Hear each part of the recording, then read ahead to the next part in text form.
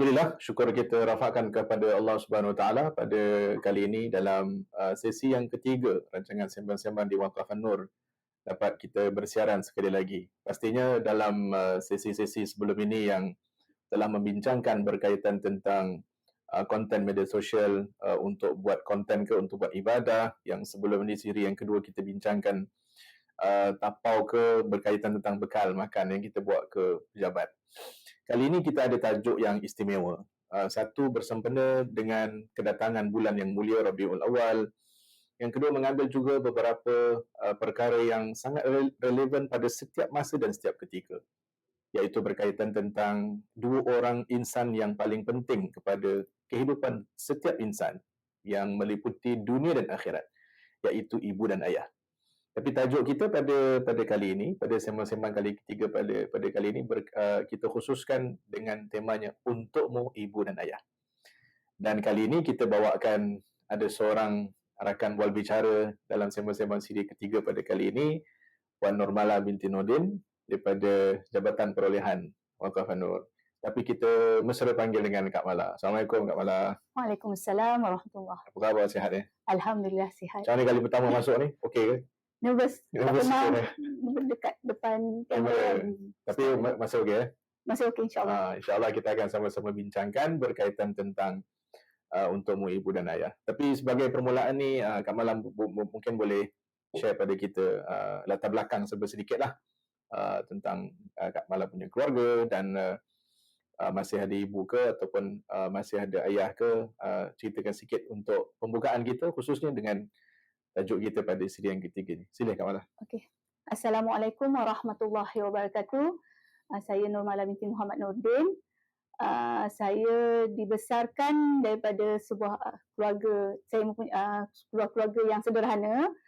Saya bapa saya telah meninggal dunia. Saya masih mempunyai ibu.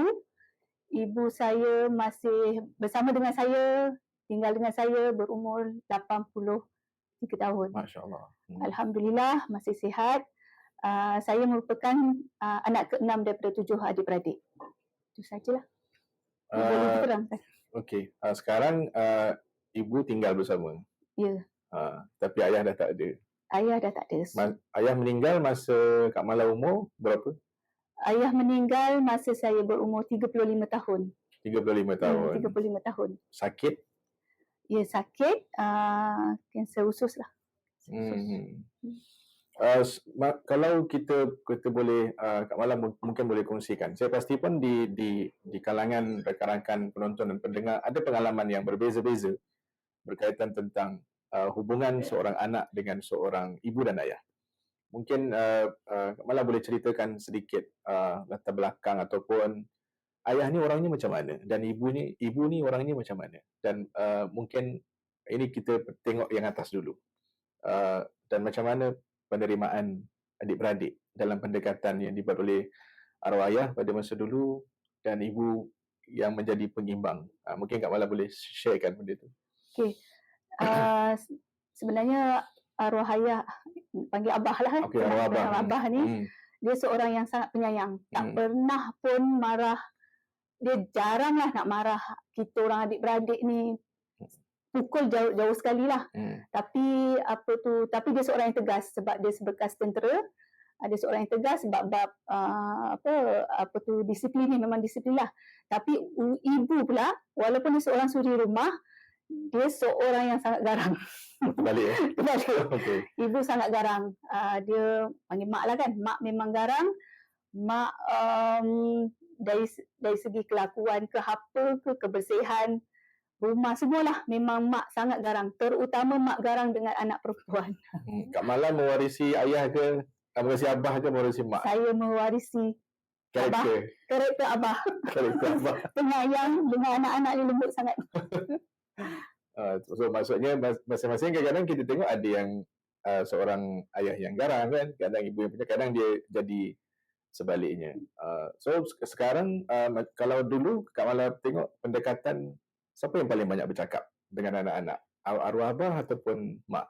Okey, dari segi hubungan kekeluargaan ni, yang sebenarnya yang lebih banyak bercakap dengan anak-anak arwah abah sebenarnya. Dia lebih banyak menasihat. Dia tak dia lebih banyak macam berbual dengan kita. Cuma mungkin mak seorang suri rumah, dia busy dengan urusan rumah tangga, tapi abah walaupun dia bekerja, dia balik dia akan berbual dengan semua anak. Dia akan mak yang melahirkan kita, 7 beradik ni, tapi yang ingat hari lahir adalah abah. Oh, luar biasa. Abah Biasanya mak kan? Biasanya mak kan. Abah yang ingat, abah yang akan wish happy birthday kepada 7 anak ni. Tak pernah miss lah. Tak pernah miss. Sampai akhir hayat dia Sampai lah. akhir hayat. Ini agak istimewa sebab biasa hari lahir ni yang ingat mak. Biasa abah lupa. Ni menunjukkan memang dia punya attention tu luar biasa lah terhadap anak-anak. Sebenarnya kan, kalau kita tengok kan, kita nak, kalau kita ambil contoh berkaitan tentang tajuk untuk ayah dan ibu ni, role model kita tak lain tak bukan pada baginda Nabi lah sallallahu alaihi wasallam. Sebab kita tengok role model Nabi ni sebagai seorang anak. Nabi lagilah ayah dan ibu dah meninggal pada peringkat awal. Lahir pun dah tak ada ayah, sampai orang panggil si yatim, kemudian ibunya meninggal pula, datuknya meninggal. Tapi perjalanan Nabi ni disusun dan diatur oleh Allah dengan beberapa hikmah dalam bentuk khususiat dah yang Allah dah susunkan. Tapi sedikit sebanyak kita dapat ambil banyak pelajaran daripada kehidupan Nabi itu sendiri. So sampailah beberapa peringkat peranan sebagai seorang anak dan peranan sebagai seorang ayah. Bila kita fokus balik kepada tajuk kita, untukmu ayah dan ibu, apa yang Kak Mala paling ingat?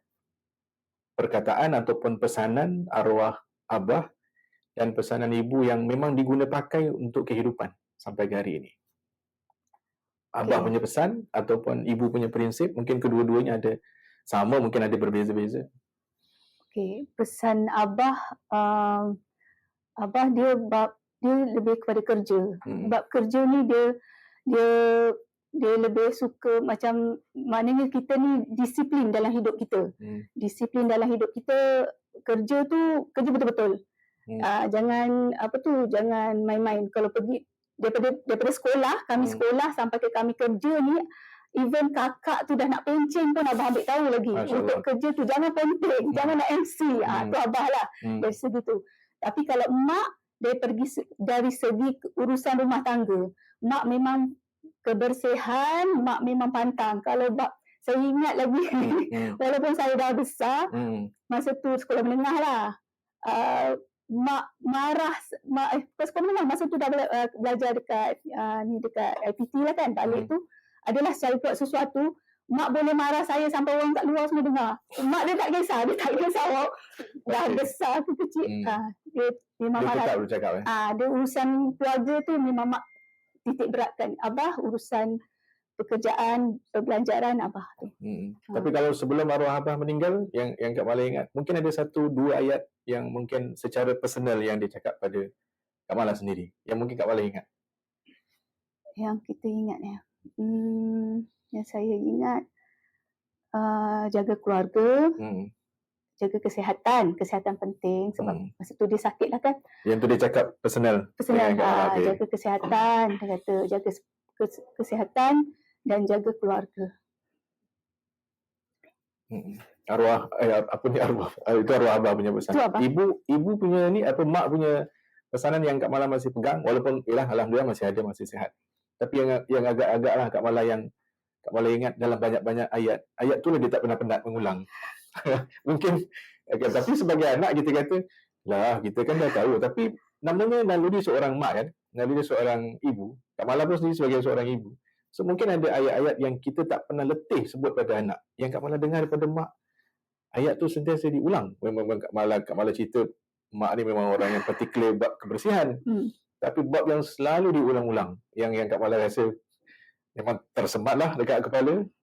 Yang dia ulang-ulang sampai sekarang, mak pun duduk dengan Kak Mala kan. Jangan terlampau manjakan anak. Jangan macam dengar cakap anak. Dia kata kena tegas dengan anak. Kena tegas. Bab-bab yang penting-penting ni dia kata kena tegas. Jangan terlampau ikut cakap anak. Itulah mak tu sampai sekarang. Itulah semalam kemarin pun baru sebut pasal sebab cucu-cucu depan dia kan. Jadi dia nampak perangai cucu dia. Jadi Kak Mala macam ada tindakan yang Kak Mala tak buat. Jadi adik akan tegur lah. Depan. Tapi itu istimewa kan, sebab kalau kita tengok Kak Malang pun bersetuju, kita pun semua bersetuju, antara ayah dengan ibu ni, kadang kita tengok ibu paling banyak bercakap. Tapi kadang ayah ni dia ada bahasa dia sendiri kan. Kebanyakannya, walaupun tak semualah, kebanyakan seorang ayah ni dia banyak diam. Dan banyak maklumat sebenarnya disalurkan melalui ibu. Dan ibulah akan bercakap. Tetapi dia punya, macam Kak Mala ceritalah, arwah abah yang paling ingat pada semua talayan anak-anak. Mungkin dia punya, seorang ayah ni punya naluri, mungkin lebih daripada seorang ibu. Tapi mungkin tak nampak. Tapi kalau kita tengok keseimbangan, kenapa Rasulullah sebut 3 kali? Kan? Kenapa Nabi kata, kenapa kepada siapa saya nak buat baik? Ibumu. Kepada siapa? Ibumu. 3 kali kan Rasulullah ulang. Kan ulama cari, kenapa Nabi ulang 3 kali antara ayah dengan ibu? Rupa-rupanya ada 3 kesusahan yang ayah tak lalu, yang ibu lalu. Kesusahan ketika mengandung, kesusahan ketika melahirkan, kesusahan ketika menyusukan dan membesarkan. Ini 3 ni memang Allah bagi pada seorang wanita namanya seorang ibu. Pun begitu, ulama buat pembahagian, kita ni sebagai seorang anak contohnya, kepada yang menyaksikan dan menonton ni, kalau kita masih ada ayah dan ibu yang masih hidup. So kalau kita kata, saya nak buat bakti ni pada siapa dulu? Ayah ke ibu? Kata ulama, yang ini jawapan telah pun ada. Jawapannya pada kalam Rasulullah lah. Kalau kita kata nak buat bakti pada siapa? Pada ibu dulu. Tapi kalau dalam bab ketaatan, pada ayah dulu. Sebab ibu juga tertakluk kepada ketaatan pada seorang ayah. Melainkan dalam situasi macam Kak Mala punya keluarga, arwah abah dah tak ada. So memang anak-anak pergi kepada ibulah yang terletaknya di situ. Baik. Itu level di atas. Sekarang saya turun ke bawah. Kak Mala sebagai, tadi sebagai seorang anak. Sekarang soalan Kak Mala sebagai seorang ibu. Anak-anak panggil mama. Sebelum ni ada ada suami, tapi Allah Subhanahu Wa Taala lebih menyayangi arwah Abang Asnul yang berapa tahun dah? Dah masuk 4 tahun. Masuk 4 tahun dah.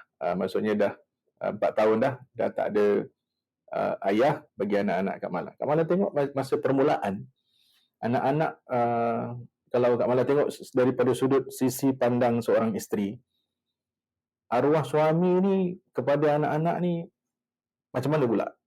Dia punya karakter dia punya hubungan dia dengan anak-anak sendiri. Okey. Sebelum ni kan Kak Mala dah cakap kan, Kak Mala ni seorang yang lembut sikit.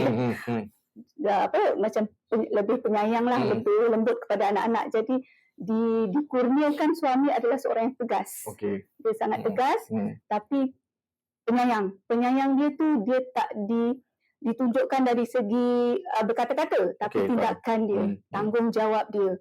Jadi suami ni memang tegas, tapi dia ada sentiasa, walaupun dia pekerjaan dia ialah tahu ke pekerjaan dia jarang ada di rumah, bekerja di offshore, bekerja kapal kan. Tapi waktu dia ada di rumah memang 100% dia bersama dengan anak-anak dan isterinya. Memang fokus pada anak-anak dan isterinya dan juga ibu dia. Jadi dia akan pastikan anak-anak dia buatlah apa yang sepatutnya dibuat, pergi sekolah, solat jangan tinggal, pergi mengaji Al-Quran, dengar kata mama, apa-apa pun, last ayat yang terakhir dia sebelum dia kembali ke rahmatullah, sebelum dia sebenarnya dia meninggal pun di Myanmar, di tempat kerjanya, sebelum dia balik ke tempat ke Myanmar, sebelum dia balik ke Myanmar tu. Sebelum dia balik ke Myanmar, dia pesan, saya tak tahu, memang tak tahu pun nak meninggal kan, dia pesan pada semua anak-anak dia, dengar cakap mama, kalau abah tak ada ni dengar cakap mama. Apa-apa pun utamakan mama, dengar cakap mama dia kata. Tu memang mesej yang biasa memang, tapi bila yang terakhir tu memang sangat menyentuh sehingga sekarang. Memang itu yang dia pesan sebelum dia keluar balik ke tempat kerja dia lah. Waktu pesanan terakhirnya. Tapi maksudnya ialah kita faham, maksudnya ada daripada kalangan kita ni, mungkin sebagai seorang ayah, mungkin sebagai seorang suami, tapi yang ada kerjaya yang pelbagai. Mungkin ada yang memang kerjanya tak dapat masa yang agak banyak dengan keluarga. Maksudnya kerana kekangan pekerjaan. Tapi bila dapat waktu tu memang digunakan sebaik-baiknya. Macam yang Kak Mala kongsikan tadi. Anak-anak pula yang Kak Mala tengok ada 5 orang cahaya mata. Yang Kak Mala tengok yang paling dekat dan paling maksudnya sampai bahasa kita hari ni orang kata ini anak ayah lah ni, ini anak abah lah ni. Kak Mala mungkin boleh share kat itu ke? Okey, yang sebenarnya yang paling dekat, yang paling orang kata tu apa-apa dengan abah dia anak nombor 4. Muhammad Harith. Harith tu memang close dengan abah dia sebab bila abah dia telefon tak dapat cakap dengan mama ke, dia lah tukang akan mama abah ni. Abah nak cakap. Apa-apa bila dia tak dapat hubungi Kak Mala, dia akan WhatsApp anak dia. Dia akan WhatsApp anak dia, nanti cakap mama kat mana, mama tengah buat apa. Dia lah tukang, Harith ni tukang ambil gambar mama tengah buat apa, tunjukkan abah dia WhatsApp. Jadi yang paling memang abah dia memang dia yang sangat terasa lah. Nampaklah dia punya terasa. Bila ayat dia cakap, Aris, masa dah lepas arwah meninggal dunia, semua yang nombor 1, nombor 2, nombor 3 boleh terima. Nombor 5 dia tak faham sangat sebab kecil lagi. Nombor 4 ni dia boleh cakap, inilah Aris memang ada. Kita, Aris, Kak Mala cakap lah dengan dia, Aris, kita ada, semua kita ada tau Aris. Kita kena bersyukur. Kita ada ni, ada orang lagi susah. Tapi ayat dia, tapi Aris tak ada abah. Dia punya tindakan dia sehingga sekarang tu dia macam jenis orang yang sangat touching. Sebab dia memang close dengan arwah abah dia. Dia paling terkesan tu. Dia paling terkesan sebab masa tu pun umur dia baru 9 tahun. Maksudnya itu yang kita sebut tadi. Dekat umur yang itulah. Yang kita panggil anak abah lah. Anak abah. Dalam adik-beradik pun kadang kita tengok macam tu juga. Di peringkat adik-beradik Kak Mala pun mungkin Kak Mala sendiri tahu siapa yang jadi anak abah. Anak abah. Anak mak. So bukanlah istilah di dalam budaya masyarakat kita ni, bukanlah kasih ibu tu melebihi, tidak, tetapi kadang ada dekat. Macam Rasulullah juga. Dalam ramai-ramai anak kan Sayyidatuna Fatimah yang paling rapat, yang paling mirip, yang Nabi paling sayang. Antara antara ke-7 orang anak Rasulullah sallallahu alaihi wasallam.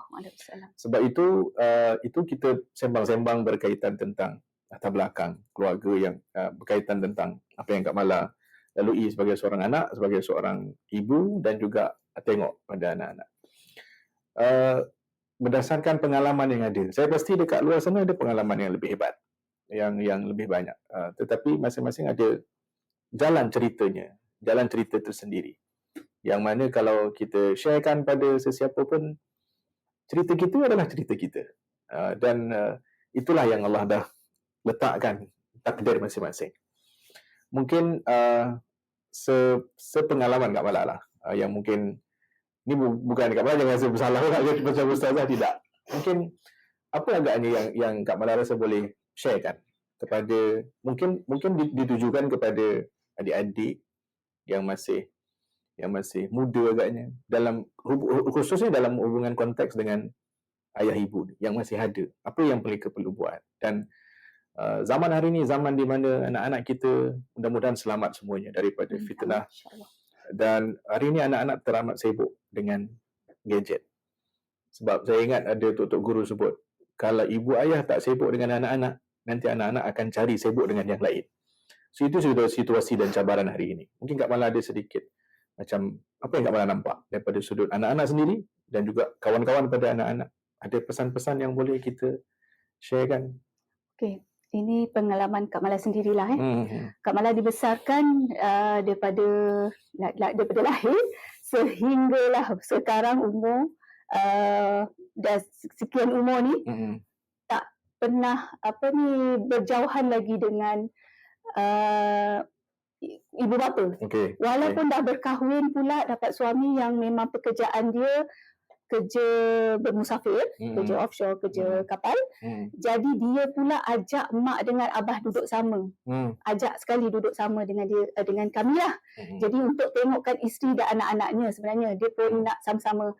Jadi dalam pada kehidupan kami ni, dan kami pun tak lupa tanggungjawab, suami pun tak lupa tanggungjawab dia. Dia pun ada bawa mak dia sekali duduk lah, mak betul sekali duduk. Cuma tak sekekal macam mak akak lah. Tapi mak betul masih ada? Mak betul masih ada duduk dengan dengan anak lelaki dia lagi seorang lah. Jadi pada akak yang hidup daripada kita daripada lahir sampailah sekarang ni, yang akak nampak pada diri akak lah, ialah Allah cakap, bila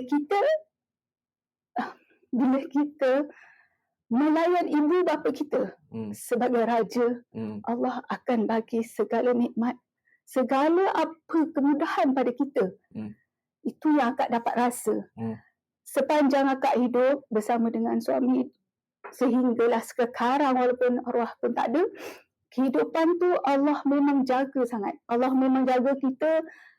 Allah memang bagi banyak sangat nikmat, banyak sangat yang perlu kita syukuri. Jadi kehidupan tu alhamdulillah memang mudahlah. Tapi pada masa yang sama, bila tindakan akak kepada ibu, terutama kepada ibu bapa dan sekarang kepada ibu yang masih hidup, dia sebenarnya reflektnya kepada anak kita. Betul. Anak tu yang 5 orang ni tengok pula apa yang Kak Mala buat pada mak. Dan dia alhamdulillah buat apa yang dia sepatut buat kepada Kak Mala. Dan ada pula anak-anak 5 ni tak tahulah, ini dia masih muda, budak-budak ni kan. Dia kata mama kena hidup lagi lama daripada Wan. Mama, kita orang nak jaga mama. Jadi itu kata-katanya. Tapi baru-baru ni hari lahir Kak Mala, anak-anak buat surprise. Dan memang selepas abah dia dah tak ada, dia memang selalu buat surprise. Dia share duit, beli apalah kegemaran mama suka pisang cheese. Dia beli satu set tu, dia share. Surprise Kak Mala balik kerja, dia happy birthday mama 5 orang. Jadi sebenarnya tindakan kita kepada mak kita, walaupun kita kata bukan kita nak minta, tapi sebenarnya rasa tanggungjawab, rasa kasih sayang, kita harapkan redha Allah tu datang selepas redha ibu kedua ibu bapa. Secara tak langsung, anak-anak ni pun dia tengok, dia bukan kita kena beritahu, Hafiz buat macam ni, kakak buat macam ni, abang buat macam ni, tak. Dia tengok apa yang kita buat pada mak bapak kita. Jadi kita pun memang akak pun pernah, memang every year lah, I jadi mak tu memang, I jadi abah mak mesti bagi hadiah. Bukan tak kisahlah kecil ke besar, memang kita akan full effort bagi mak. Anak dia pun sama buat benda sama. Jadi memang yelah, budak semua belajar, mana ada duit kan, tapi dia boleh kumpul, boleh share, dia bersepakat nak bagi hadiah pada mama. Itulah pada nasihat saya, utamakan ibu bapa. Tak kira lah mungkin kita berjauhan dengan ibu bapa, tapi keep on calling, ambil tahu. Lihat wajah ibu tu, kata tu sentiasa dapat pahala. Jadi sebenarnya akak sangat bersyukur daripada lahir sampai sekarang masih dapat lihat wajah ibu setiap hari. Tak kira lah mak nak marah, mak selalu marah. Memang kena bebel lah mak macam ni. Walaupun dah sekarang dah tua ni pun kena bebel. Pasal masak, pasal kemas rumah masih kena bebel lagi. Tapi alhamdulillah sebenarnya kebaikan tu pada kita juga. Kebaikan tu pada kita. Tu sedikit pesanan je lah. Berdasarkan pengalaman. Emosi pula. Memang siapa-siapa pun saya rasa kalau bercerita tentang ayah ibu ni, dia akan datang rasa sendiri tanpa diminta. Sebab kita ada hubungan yang sangat istimewa. Kerana kita dibin dan dibintikan dengan siapa, kita didik dengan siapa. Tapi ada satu istilah kan kita tengok. Kita sebagai anak ni kadang kita rasa, macam Kak Mala sebut lah. Kak Mala kata, walau dah tua kena marah apa semua. Tapi sebenarnya mungkin Kak Mala boleh bersetuju dan yang lain pun boleh bersetuju. Tak setuju pun tak apa. Di sisi seorang ayah dan seorang ibu, pada dia anak dia tak pernah tua. Betul kan? Selagi mana dia seorang anak dan selagi mana dia masih hidup, dia nak bercakap, dia bercakap. Dia nak bercakap, dia bercakap. Tapi kena ingat, ini ulama pesan. Kalau sampai satu peringkat, ni nama dia kita pergi satu sisi yang mudah-mudahan kita tak terlibat, tak termasuk. Satu sisi yang derhaka yang tak nampak. Apa sisi derhaka yang tak nampak? Ibu dan ayah dah mula takut nak bercakap pada anak. Ini sebenarnya kita tengok macam ibu ayah macam, kalau kita kata nak cakap anak macam tak berani. Anak mula nampilkan dengan karakter-karakter pelbagai. So ulama kata, dia satu sudut kita nampak macam pandang, ibu ayah dah takut nak bercakap pada anak. Tapi sebenarnya, itu sisi derhaka yang tak nampak. Bila anak berjaya mewujudkan rasa takut pula pada ibu dan ayah untuk bercakap dengan dia. So macam kita dalam hidup kita ni masih ada ibu dan ayah dan masih nak bercakap dengan kita, patutnya angkat tangan syukur kepada Allah. Jadi itu wali karamah yang meneruskan perjalanan kehidupan kita sampai ke hari ini dengan sebab doa mereka. Kak Mala ada pengalaman tersendiri. Apa hadiah yang paling bermakna yang Kak Mala pernah bagi pada arwah abah? Sama ada masih hidup ataupun selepas meninggal dunia, mungkin ada beberapa jariah sedekah yang diniatkan ke. Dan apa hadiah paling bermakna yang Kak Mala pernah bagi pada ibu? Betul kita ingat dia punya tarikh lahir apa semua. Tapi seusia kematangan manusia, birthday itu adalah hanyalah dalam bentuk wasilah. Tapi yang paling penting adalah ingatan. Ingatan untuk terus berbakti kepada siapa yang patut dipertanggungjawabkan. Apa hadiah paling bermakna Kak Mala pernah bagi? Oh, yang bagi pada ibu yang masih hidup ni ataupun kepada arwah abah yang masa dia hidup dulu ataupun dia dah meninggal? Tak kisah. Apa-apa. Okey. Ha. Okey, kepada ibu pernah bagi mak memang tiap tahun bagi. Dia ada je lah mesti mak memang kena bagi. So, dia happy kan? Okey. Kita dia happy kan dia. Bagi telekung, bagi handbag, bagi pewangi, bagi bagi handphone. Tu memang kita ada bagilah dekat mak. Arwah abah selepas dia meninggal dunia ni dan sepanjang dan sehingga sekarang, okey, sedekah tu memang kita niatkan untuk arwah abah, untuk arwah suami, untuk arwah abang. Sedekah, every sedekah lah, buat kata sedekah subuh ke sedekah apa, semua niatkan untuk arwah abah. Dan akak pernah dan selalu dan setiap tahun ni bukan riak, ni cerita yang nak share kan ni. Namanya tahadus bin ni'mah. Okey. Bercerita tentang nikmat yang kita rasa. Okey. Sebenarnya satu kepuasan bila memberi tu rasa satu kepuasan, rasa gembira. Memang arwah abah, arwah suami, memang akak selalu mewakafkan, membuat aktiviti wakaf, tak kira lah wakaf mana-mana pun, akak wakafkan niatkan untuk arwah abah dengan arwah suami. Sebab dialah, ya Allah, saya nak cakap, abah, hero akak. Yang sebabnya jadinya akak sebagai seorang anak, sangat lembut dengan akak. Begitu juga suami sangat lembut dengan akak. Sangat penyayang, walaupun dulu memang tegas, tapi sangat penyayang. Jadi akak memang sehingga sekarang, memang apapun perbuatan akak yang memberi manfaat kepada semua, sedekah ke, wakaf ke, memang niatkan untuk kedua-dua insan yang akak sangat sayang, yang menjadikan akak seorang hamba Allah yang akak memang harap Allah redha. Jadi pada akak, bukan semestinya macam mak memang masih hidup kita memang bagi hadiah kan, tapi arwah abah dengan arwah suami memang sentiasa akak buat yang terbaik dalam hidup akak, niatkan untuk kedua-dua ni. Dan itulah sumber kekuatan yang masih ada sampai sekarang. Ya, sumber kekuatan. Walaupun tak ada pada pandangan zahirnya, tapi dalam hati dan hubungan kerohanian masih berhubung. Dengan doanya, dengan apa juga. Walaupun kita kata betul, Kak Mala sharekan pada kita hadiah dalam bentuk penzahiran. Tapi tak ada hadiah paling bermakna kalau kita dapat mendatangkan kegembiraan untuk mereka pada masa ketika mereka masih hidup. Apatah lagi hadiah yang kalau mereka telah pun meninggal dunia. Sebab dalam dunia ni kan, kita ni ada beberapa perpindahan alam.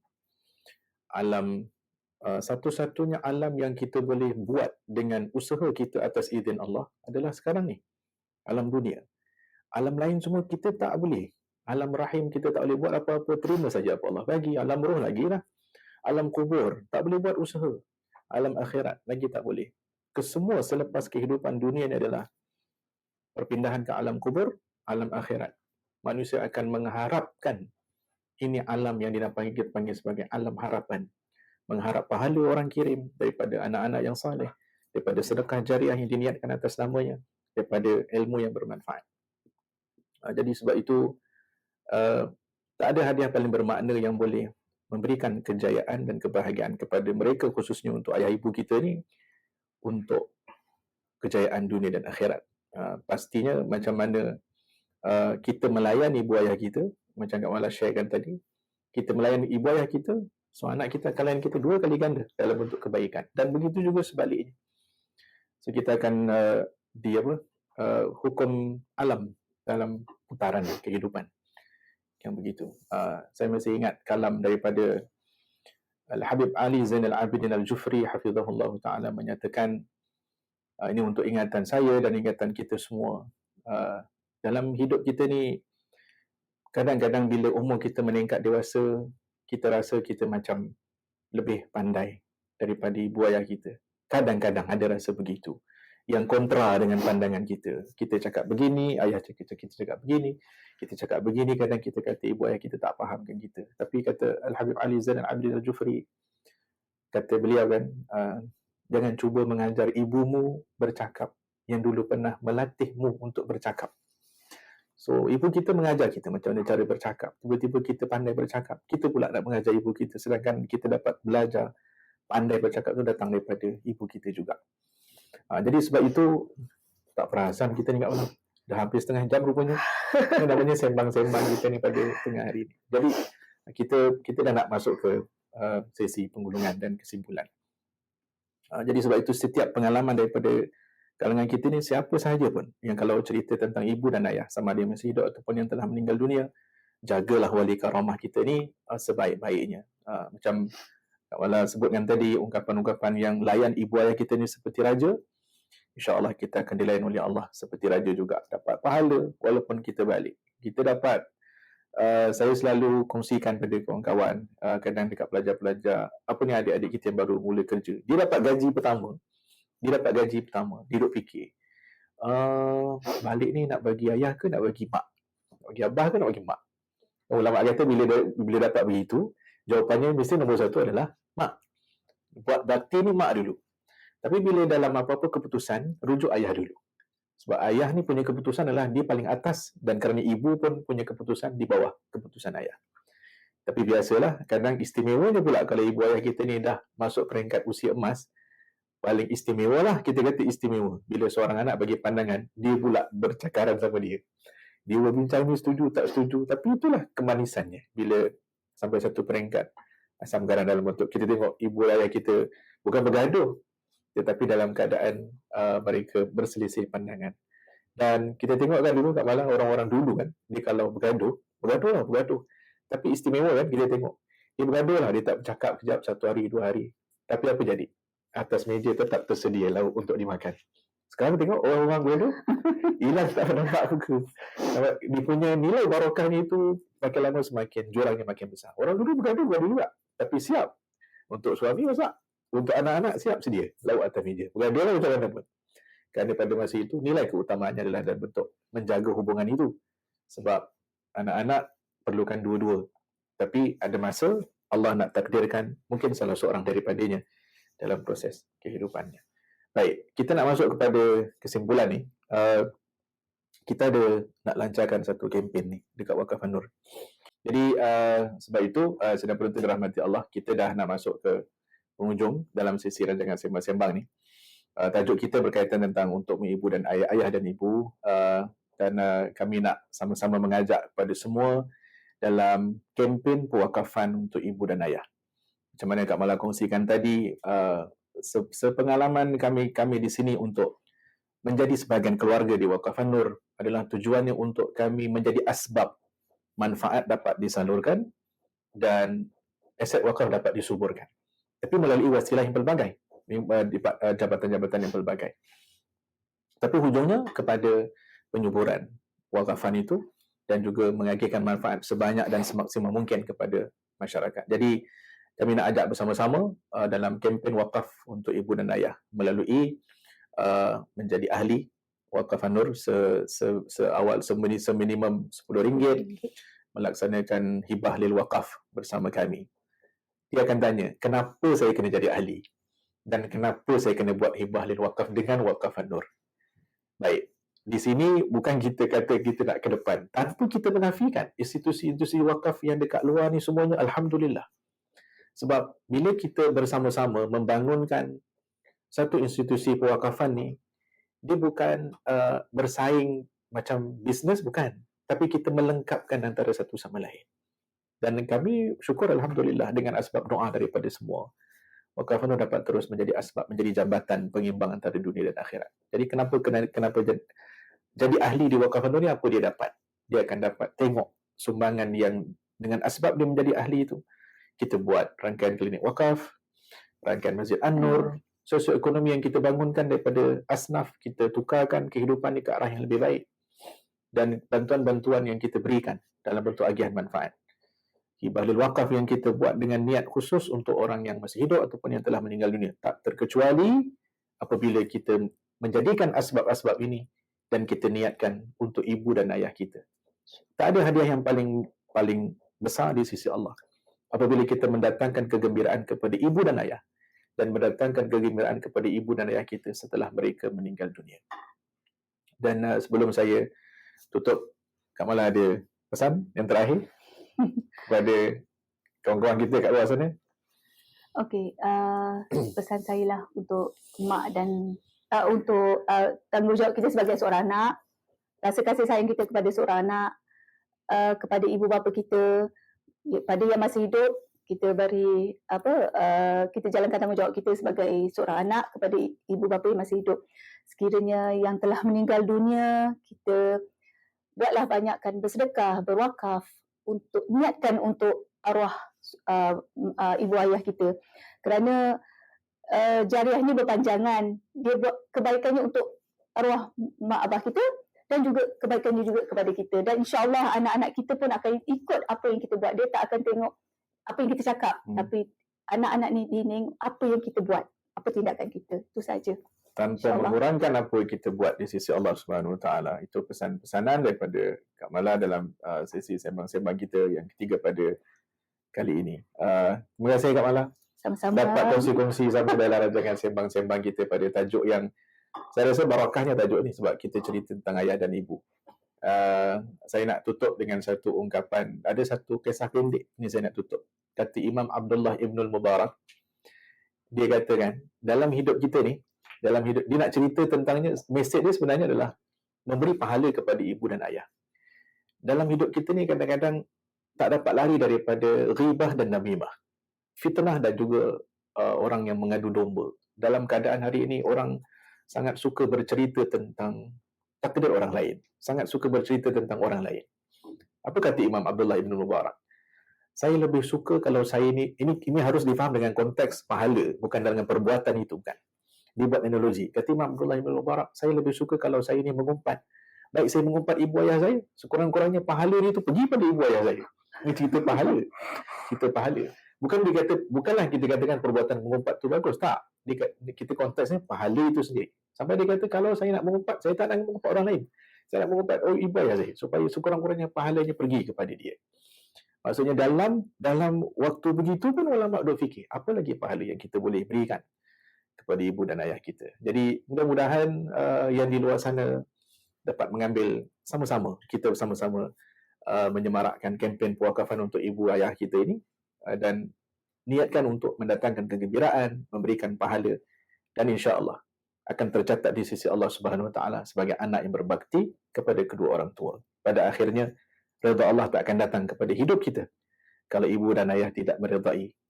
Kalau ibu ayah meredai, insya-Allah redha Allah akan mengiringi. Mudah-mudahan kita dapat jadi anak yang cemerlang dunia dan akhirat, menjadi ayah dan ibu cemerlang dunia dan akhirat.